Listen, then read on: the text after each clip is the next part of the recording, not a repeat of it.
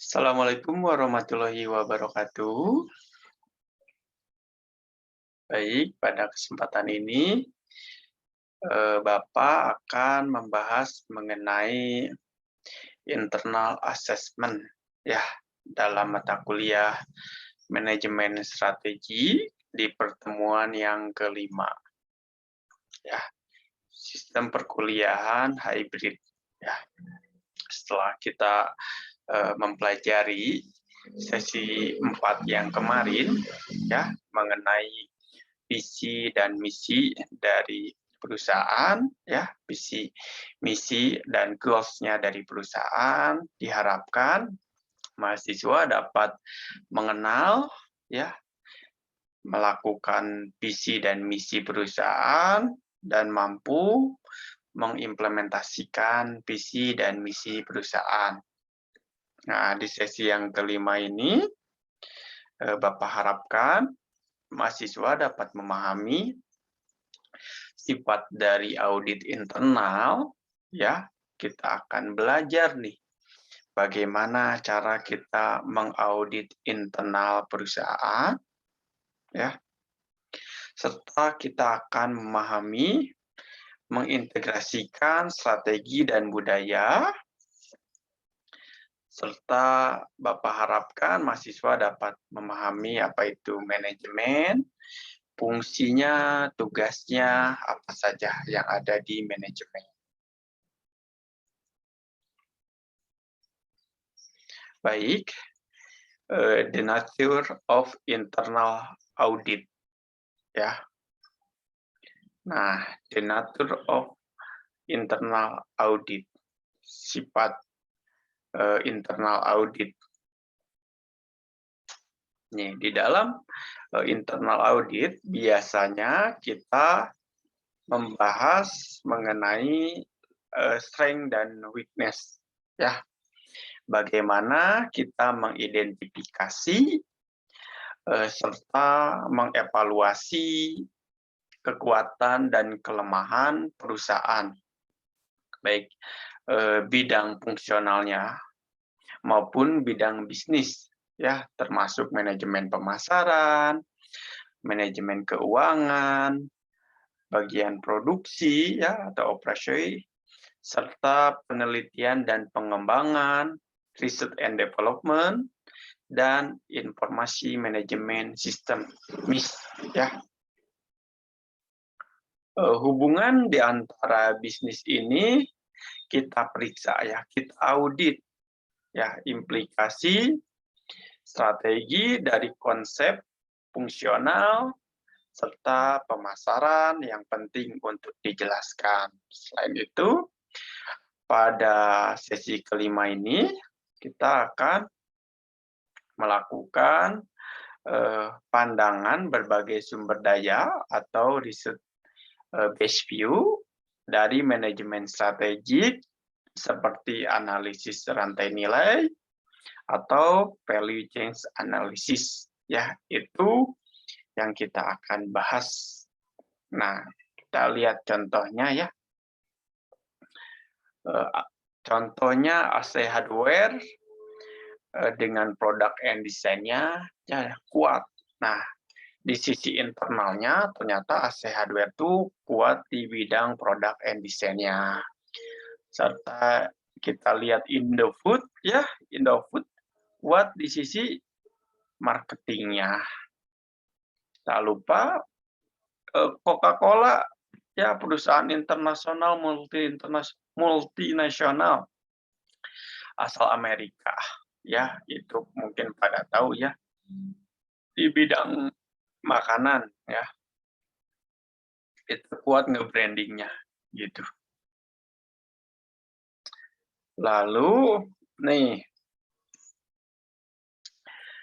di dalam sifat audit internal itu semua organisasi memiliki kekuatan dan kelemahan di bidang fungsional. Tidak ada perusahaan yang kekuatan dan kelemahannya sama di semua bidang. Ya, sebagai contoh tadi Bapak sampaikan, AC Hardware ya contohnya, dia dikenal dengan produksi dan desain produknya yang baik.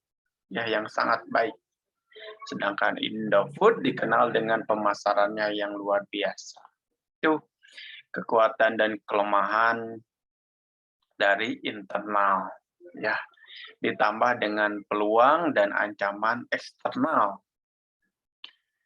serta visi yang jelas dan pernyataan misi memberikan dasar untuk menetapkan tujuan strategi.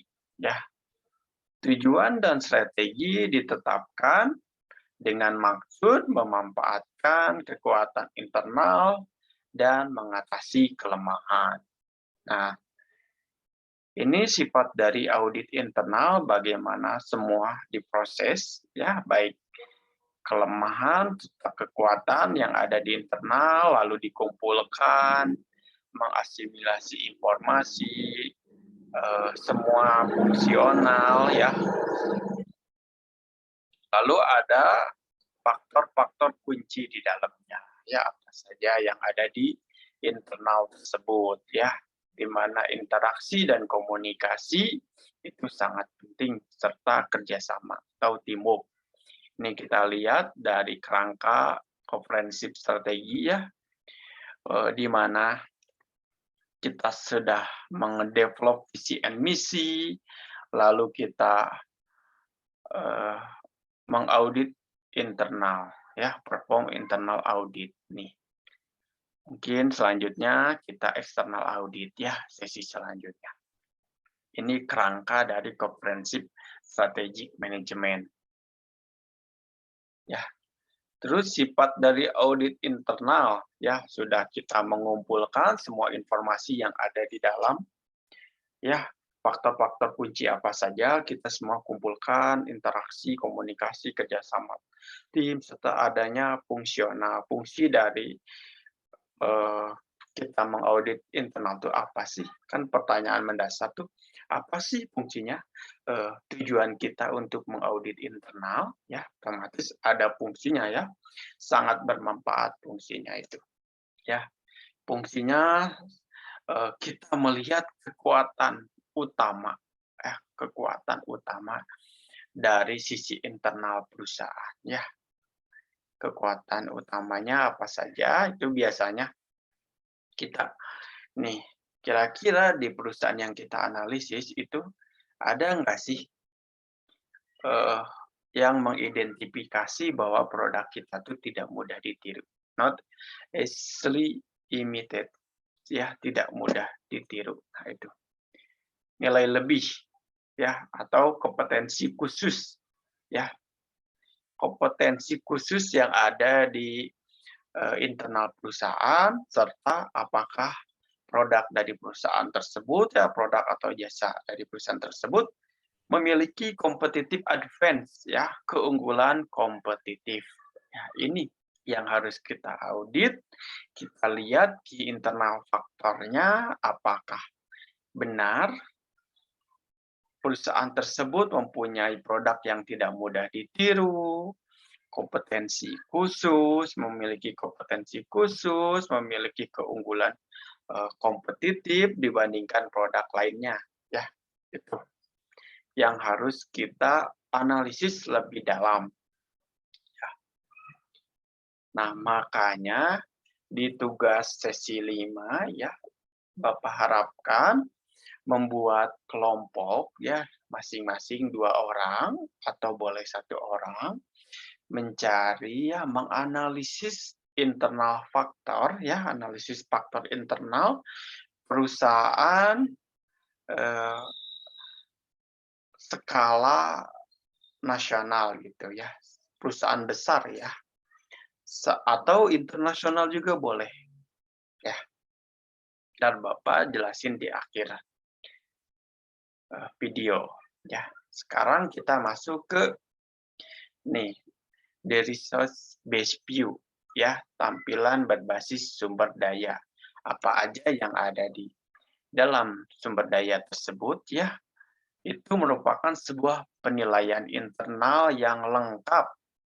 Sangat penting untuk membantu perusahaan merumuskan, menetapkan, ya, menerapkan dan mengevaluasi strategi untuk memungkinkan, memperoleh, dan mempertahankan keunggulan kompetitif. Nah, itu fungsinya dari sumber daya ya.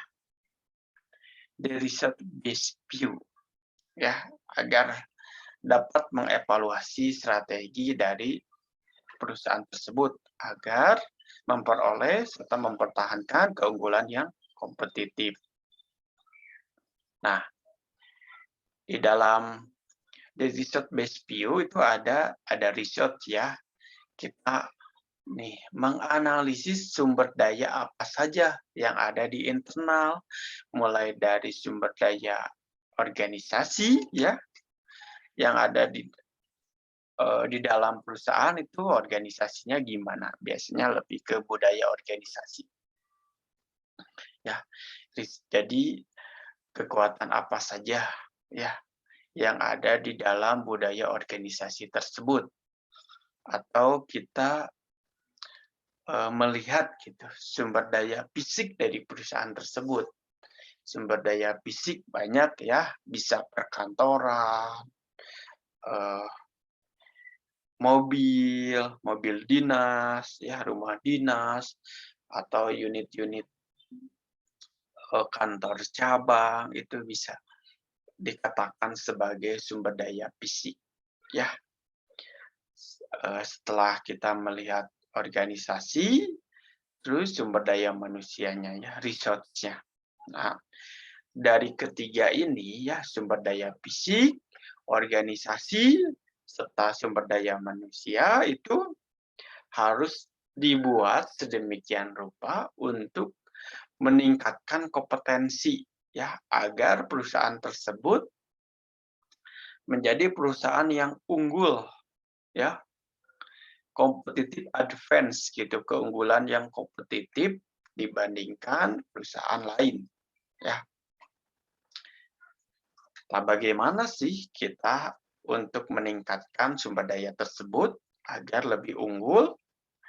Makanya harus mempunyai value ya, valuable ya, nilai tambah ya, nilai berharga dari riset-riset yang ada di perusahaan tersebut ya, dari organisasinya, dari sumber daya manusianya, makanya sumber daya fisiknya akan terus berkembang ya.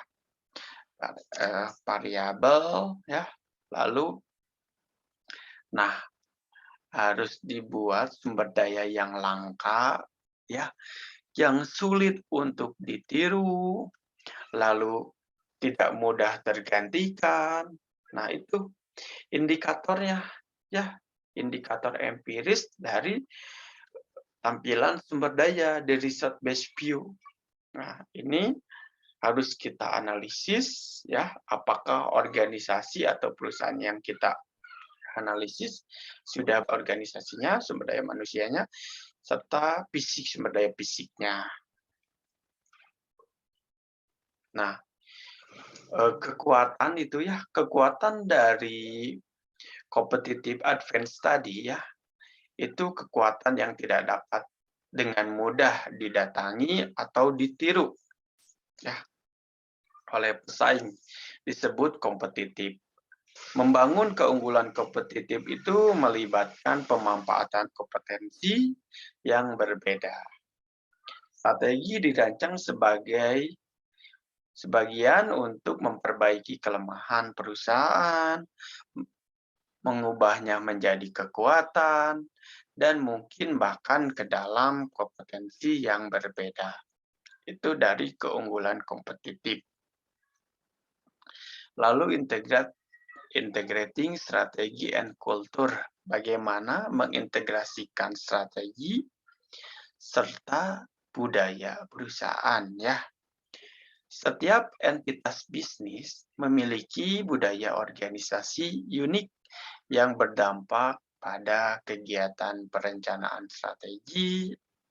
Budaya organisasi merupakan pola perilaku yang telah dikembangkan oleh suatu organisasi saat ini untuk terus belajar, mengatasi masalah, adaptasi eksternal dan internal, ya.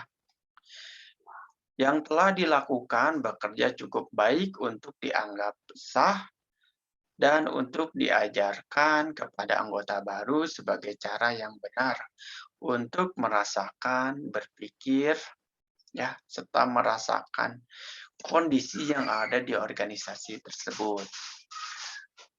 Budaya organisasi menangkap ya kekuatan yang sulit dipahami dan sebagian besar tidak disadari yang membentuk tempat kerja itu sangat tahan terhadap perubahan budaya, dapat mewakili kekuatan atau kelemahan utama bagi perusahaan manapun.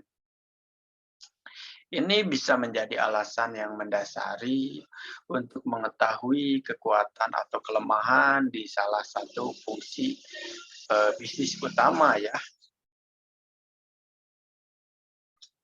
Budaya organisasi ini didefinisikan merupakan suatu pola perilaku yang telah dikembangkan oleh suatu organisasi ketika ia belajar untuk mengatasi masalah adaptasi eksternal dan internal, dan yang telah bekerja cukup baik, yang dianggap sah dan diajarkan kepada anggota baru. Jadi turun-temurun kita belajar ya dari senior ke junior, itu harus ada budaya organisasi yang baik ya.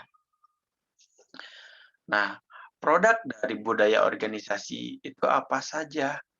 Nih lihat, value, belief, ya, nilai, kepercayaan, ritual, upacara, mitos, cerita, ya, legenda, metafosa, simbol, pahlawan. Nah, ini contoh dari budaya organisasi ya, produk dari budaya organisasi.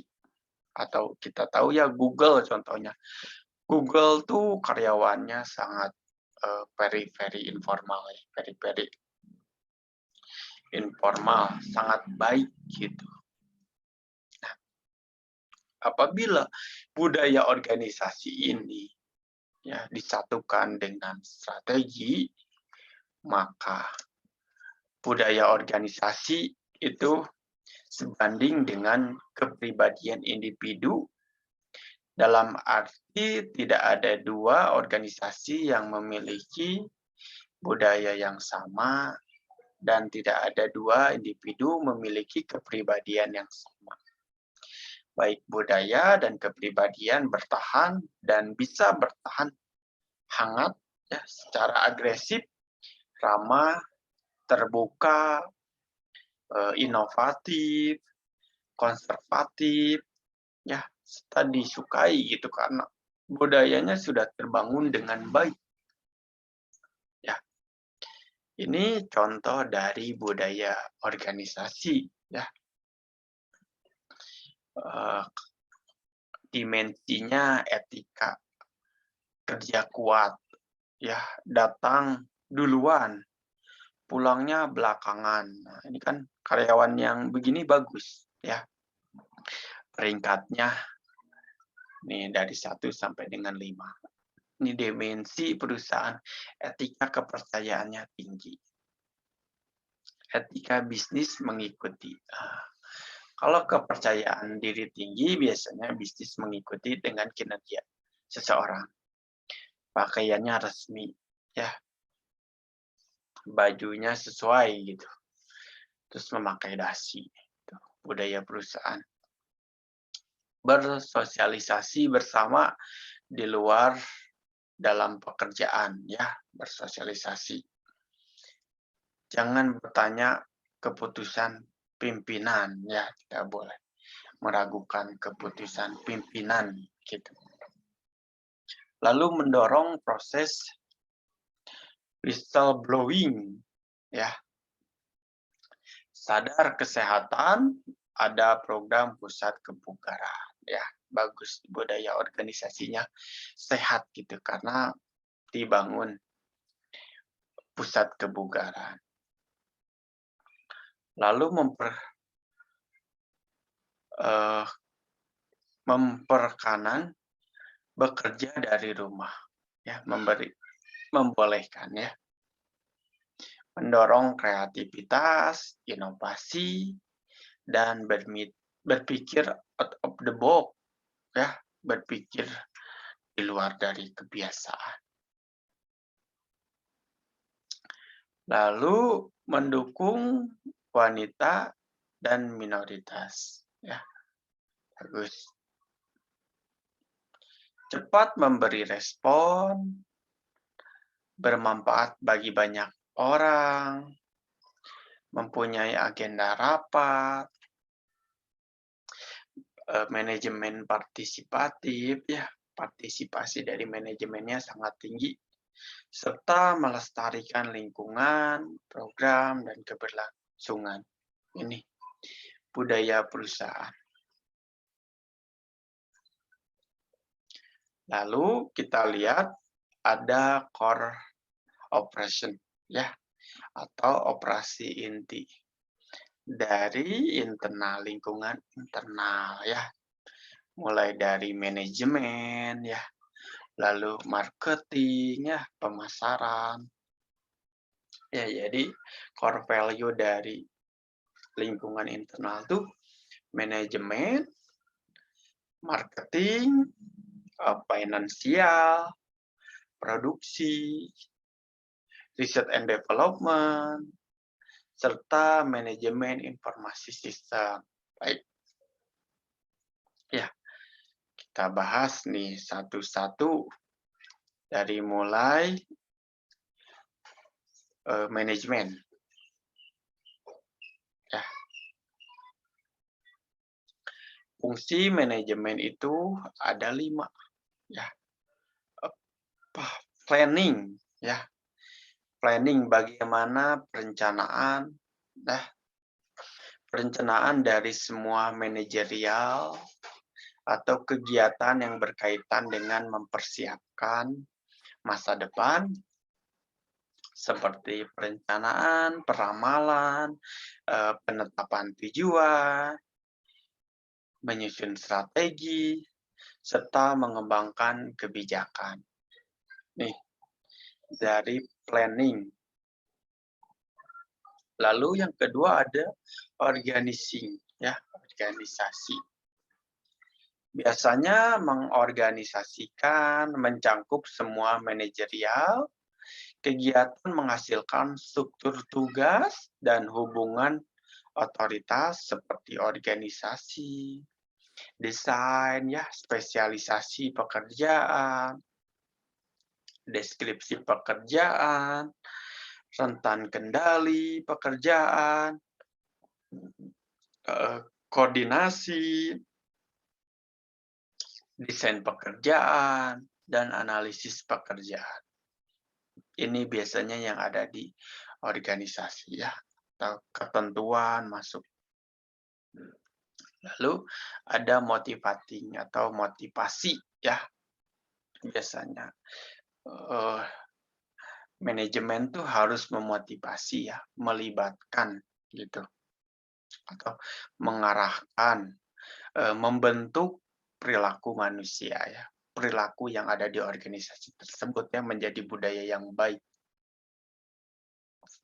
Mulai dari kepemimpinan, komunikasi, terus pekerjaan kelompok, ya, memodifikasi perilaku yang perilakunya sebelumnya kurang rajin, mungkin kurang baik, gitu, harus diperbaiki. Mendelegasikan otoritas, ya, itu kan ada tingkatan jenjangnya. Pengayaan pekerjaan, ya, kepuasan kerja, itu yang ada di motivasi. Pemenuhan kebutuhan itu menjadi dasar, biasanya jadi motivasi. Lalu apalagi? Adanya moral karyawan, ya, serta moral manajerial ya. Lalu keempat, di dalam manajemen ada staffing atau kepegawaian atau sumber daya manusia ya. Kegiatan apa saja sih yang ada di sumber daya manusia seperti penggajian, ya, administrasi, tunjangan karyawan, wawancara, ya, rekrutmen pekerja baru kan harus diwawancara, lalu ada pemberhentian, lalu ada pelatihan, lalu ada pengembangan manajemen, ya, di dalam SDM, sumber daya manusia itu harus ada ya pengembangan manajemen. Lalu ada keamanan karyawan, ya, kesempatan kerja yang lebih baik, yang setara, ya, serta tidak lupa adanya hubungan serikat pekerja, ya, di dalam sumber daya manusia atau staffing. Lalu fungsi manajemen ada terakhir yang kelima, controlling, ya. Ini pengendalian mengacu pada semua manajerial ya, termasuk kegiatan yang diarahkan untuk memastikan bahwa aktual hasil sesuai dengan hasil yang direncanakan. Bidang perhatian utama meliputi kendali mutu, ya, kontrol keuangan, kontrol penjualan, ya, controlling itu banyak ya. Inventaris kontrol ya, inventaris kantor itu harus dikontrol di data. Pengendalian biaya itu harus dikontrol, pengeluaran dari perusahaan. Serta penghargaan ya dan sanksi apabila ada kecurangan. Ya. Ini tahapan dari manajemen itu biasanya kalau planning itu ya memformulasikan, merencanakan gitu. Kalau organizing itu biasanya mengimplementasikan ya, mengimplementasikan ketentuan, kebijakan, reward gitu. Motivasi sama mengimplementasikan, lalu staffing mengimplementasikan, controlling itu mengevaluasi ya, evaluasi hasil dari kinerja. Nah, kita bahas satu-satu ya. Planning, perencanaan nih. Satu-satunya hal yang pasti tentang masa depan organisasi ialah perubahan ya, serta perencanaan. Nih, jembatan penting antara saat ini dan masa depan yang meningkatkan kemungkinan pencapaian hasil yang diinginkan. Perencanaan merupakan proses di mana saat ini ya, atau seseorang menentukan apakah akan mencoba suatu tugas atau mencari cara paling efektif untuk mencapai tujuan yang diinginkan, atau bersiap untuk mengatasi kesulitan yang tak terduga ya. Di masa depan kan kita tidak tahu dengan sumber daya yang memadai. Perencanaan biasanya awal dari proses yang mana individu atau bisnis dapat mengubah mimpi menjadi prestasi.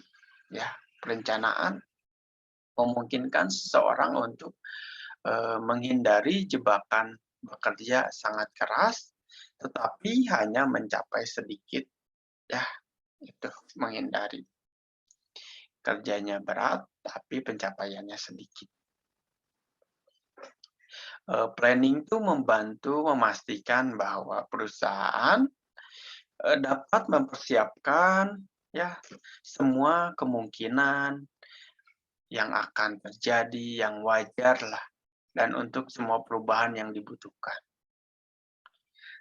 Tindakan perencanaan memungkinkan perusahaan mengumpulkan sumber daya yang dibutuhkan dan melaksanakan tugas dengan cara yang seefisien mungkin.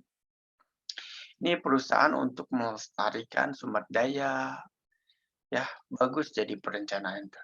Menghindari pemborosan, ya mendapatkan keuntungan yang adil ya, yang baik, serta dapat dilihat sebagai perusahaan yang efektif dan bermanfaat. Selanjutnya, perencanaan memungkinkan perusahaan untuk mengidentifikasi dengan tepat apa yang ingin dicapai dan apa yang ingin dicapai di masa depan. Ya, lalu ada organisasinya.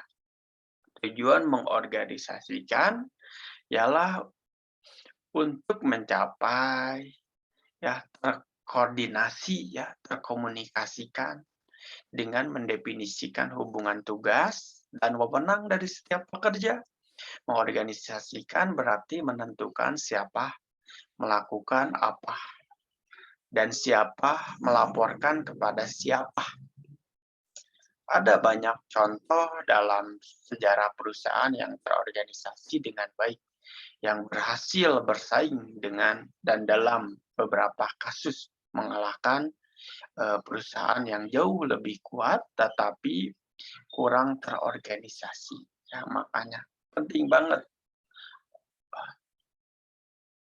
pengorganisasian untuk memotivasi yang berkomitmen ya untuk melihat organisasi berhasil.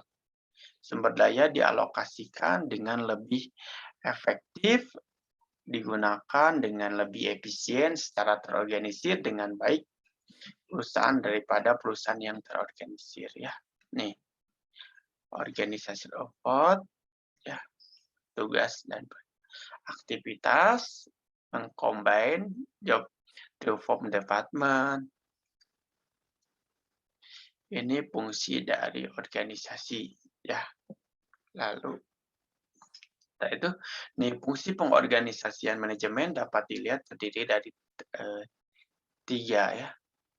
Sekuensi kegiatan, memecahkan tugas menjadi pekerjaan ya, menggabungkan pekerjaan untuk membentuk departemen serta mendelegasikan wewenang. Ya, delegation authority. Lalu yang ketiga ada motivating ya atau motivasi ya. Proses mempengaruhi orang untuk mencapai tujuan. Ya, tujuan tertentu. Beda-beda kan setiap perusahaan, setiap bisnis ya. Motivasi menjelaskan mengapa beberapa orang bekerja keras dan yang lainnya tidak.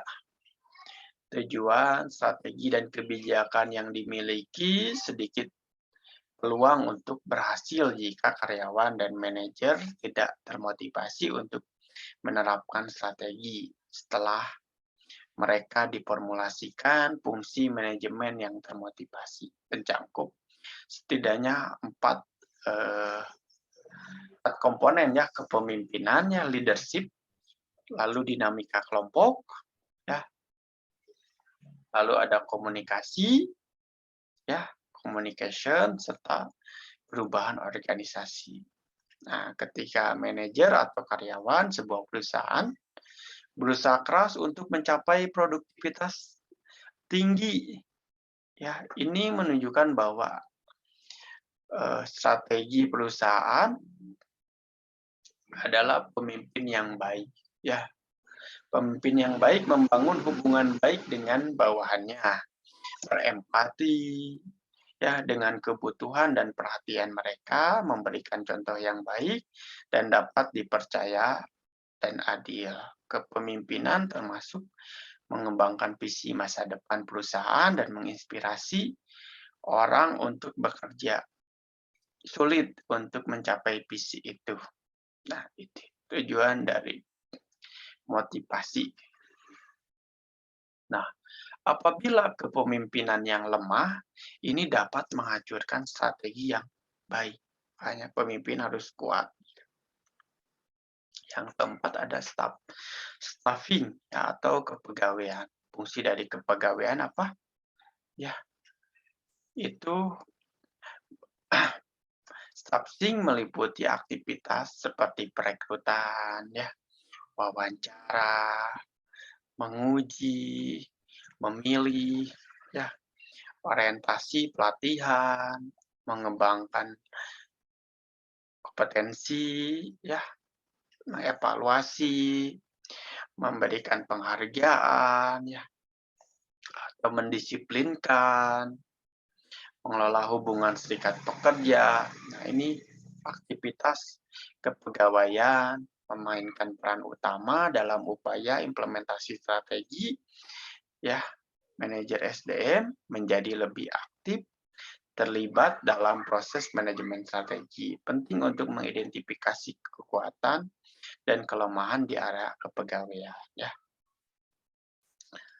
SDM mengkoordinasikan keputusan kepegawaian di perusahaan, jadi bahwa suatu organisasi secara keseluruhan, ya, memenuhi persyaratan hukum. Departemen ini juga menyediakan kebutuhan konsistensi dalam mengelola peraturan perusahaan, mengupayakan kebijakan dan tujuan karyawan, perundingan bersama dengan serikat pekerja, ya, kepegawaian, manajemen personalia, manajemen sumber daya manusia, mohon maaf.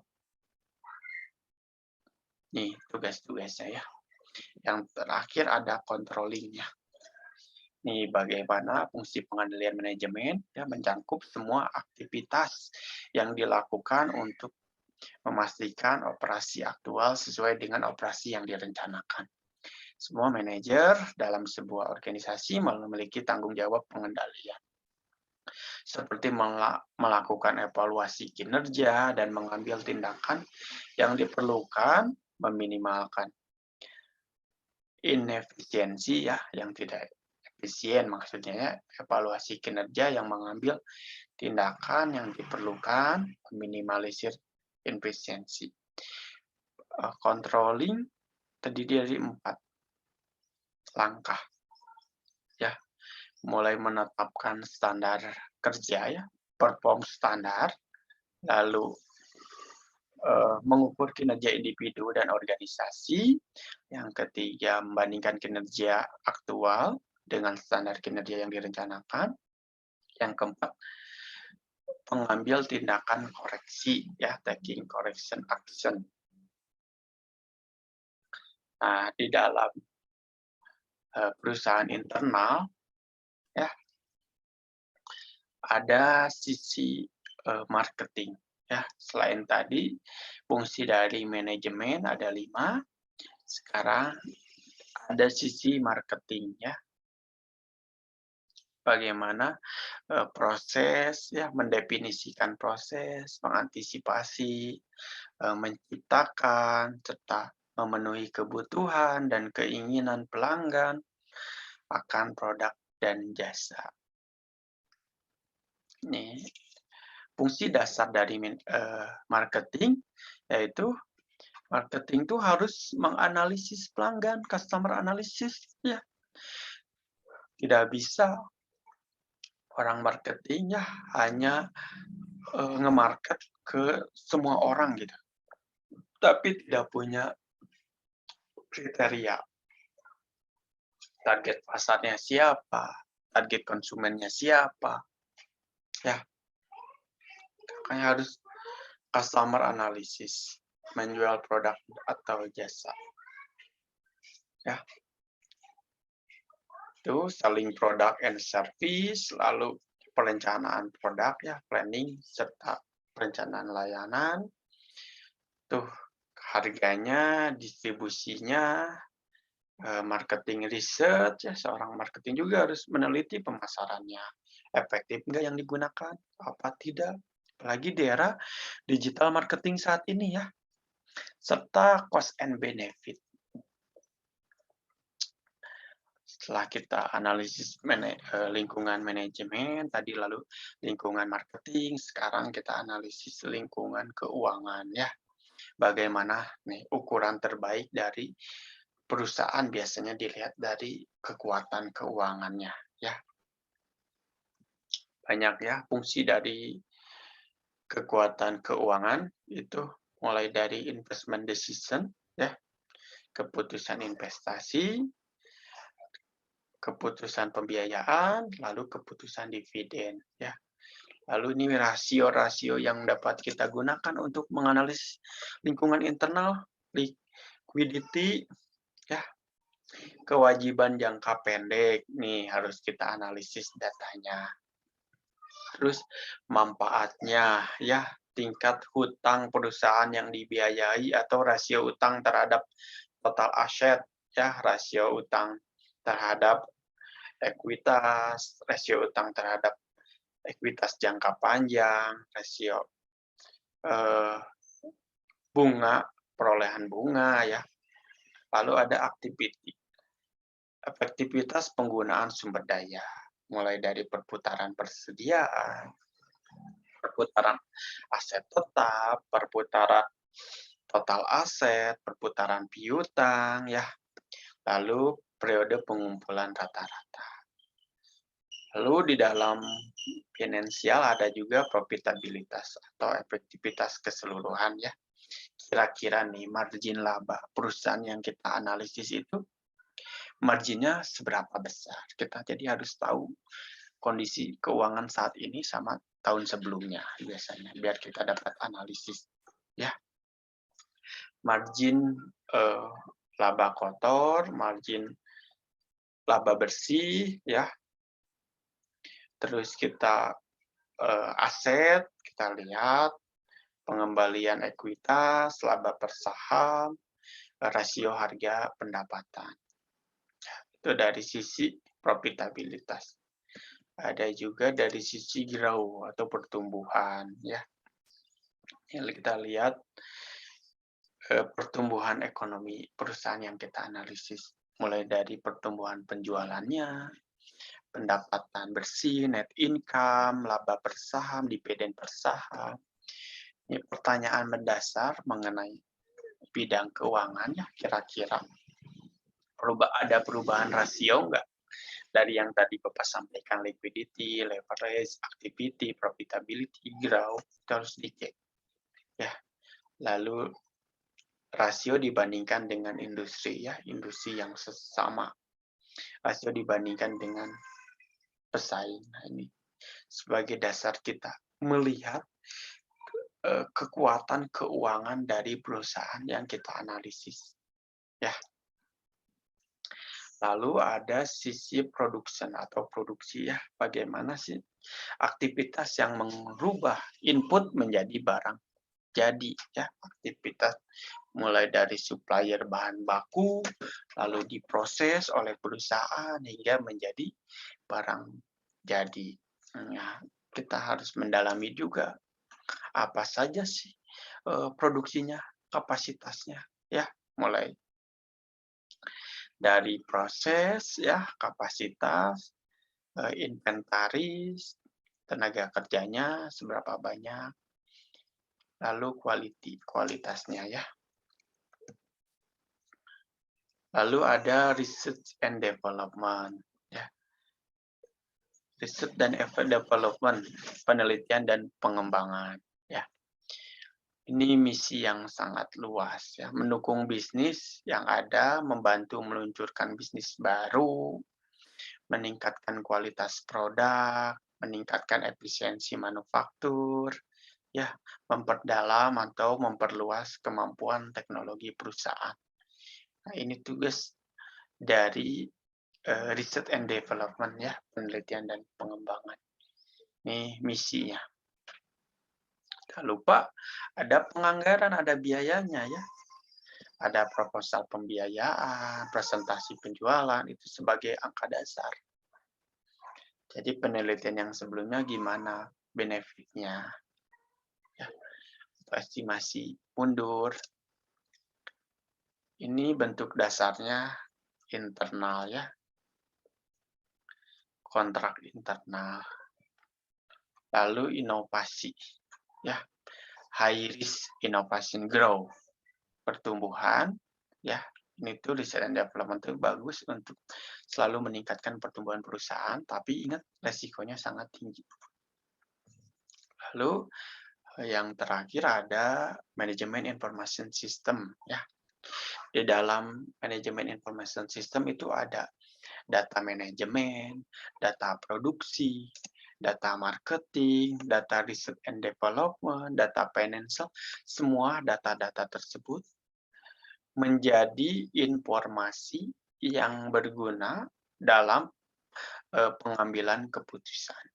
Ya, manajemen decision itu harus mengambil keputusan dengan data-data dasar tadi, ya, data manajemen, data marketing, data produksi, research and development, dan finansial, ya.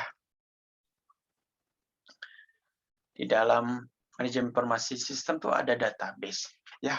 Bagaimana mengumpulkan, mengkode, menyimpan, ya, menyajikan informasi, mempertanyakan strategi itu agar lebih efektif. Lalu ada data, ya. Data dirubah menjadi sebuah informasi, ya, dievaluasi, ya, dianalisis tujuan dan permasalahannya. Nah, kan jadinya tuh software, ya, planning software gitu, perencanaan untuk membuat software agar lebih simpel dalam kegiatan. Lalu ada value chain analysis, ya, bagaimana kita menganalisis rantai nilai, menentukan biaya yang terkait dengan aktivitas organisasi, mulai dari pembelian bahan hingga pemasaran produk ini. Value chain analysis, ya. Di dalamnya ada apa aja? Natural and natural core kompetensi, ya, kompetensi inti itu kompetensi khusus di dalamnya agar kompetitif, ya, keunggulan kompetitif, relatif terhadap rantai nilai perusahaan, ya, saingan, perbandingan, itulah benchmarking. Jadi tugas dari value chain analysis, ya. Nah, tugas sesi 5 itu membuat internal faktor evaluasi, ya, evaluametry. Jadi buat kelompok, ya, masing-masing 2 orang, ya, untuk pertama bikin kelompok 2 orang, terus yang kedua mencari perusahaan skala nasional yang besar atau internasional juga boleh, ya, harus yang besar, ya, mencari kekuatan dan kelemahannya, ya, yang tadi Bapak udah sampaikan dari sisi manajemennya, dari sisi finansialnya, dari sisi marketingnya, dari sisi produksinya, atau dari sisi supply chain manajemennya, atau dari manajemen informasi sistemnya. Nah, itu yang tadi Bapak bahas satu-satu itu kita analisis, ya, kekuatan dan kelemahannya. Dibuat di list nih, faktor-faktor internal utama apa saja antara kekuatan dan kelemahan, dibuat minimal 10 faktor, ya, maksimal 20 atau maksimalnya bebas lah. Lalu diberi bobot, ya, mulai dari 0,0, ya, tidak penting, sampai 1,0 sangat penting, ya. Total bobot 1,0. Tetapkan peringkat, ya. 1 itu kelemahan utama, terus 4 itu kekuatan utama. Kalikan bobot dan peringkat, serta jumlahkan skor semua variabel. Nah, ini contohnya kayak gini. Ini faktor penting dari kekuatan, ini faktor penting dari kelemahan, ya. Kita cari, misalnya ini contoh, ya, contoh retail computer store, perusahaan retail computer store. Faktornya apa saja nih, lihat. Ya, inventory turnover increase from 5,8 to 6,7. Ya, perputaran persediaan meningkat dari 5,8 menjadi 6,7. Nih, kekuatan dari perusahaan yang kita analisis. Kasih bobot, kasih rating, kan rating 1 sampai 4 tadi, terus dikalikan, ya, bobot dan rating. Ini sama employee semuanya, ya, semangat kerja karyawan sangat baik. Ya, sama, kasih bobot, kasih rating, terus dikalikan. Revenue per employee up to 19%, ya, pendapatan per karyawan naik 19%. Kasih bobot, kasih rating, kekuatan. Lalu kita menganalisis weakness, kelemahannya, ya. Revenue from software segment of store down 12%, ya. Pendapatan dari segmen perangkat lunak toko turun 12%, kasih bobot juga, kasih ranking, terus dikalikan. Ya, store has no website, ya. Toko tidak memiliki situs website, kasih rating. Ini sama semuanya. Nah, terus ini jumlahkan, ingat, totalnya harus 1,00, tidak boleh melebihi, tidak boleh kurang, ya. Ini harus totalnya 1,00, ya. 100 ini deh. Dari sisi kelemahan dan kekuatan, ini totalnya. Hasil penggabungan dari semua. Ya. Ini contohnya bikin kelompok 2 orang 2 orang dari perusahaan skala besar ya nasional atau internasional, lalu cari key internal factor ya, faktor internal, faktor kunci internal. Dibuat kolom strength, dibuat kolom weakness-nya, apa saja ini yang perlu dipikirkan ya, dianalisis. Setiap kelompok harus berbeda perusahaan ya dengan kelompok lain. Dipresentasikan setelah UTS. Baik, mungkin cukup pertemuan yang kelima ya. Apabila ada pertanyaan mungkin bisa nanti di grup WhatsApp atau di channel YouTube Bapak di kolom komentarnya atau mangga dijapri ke Bapak. Baik. Pak akhiri, akhirul kalam. Assalamualaikum warahmatullahi wabarakatuh.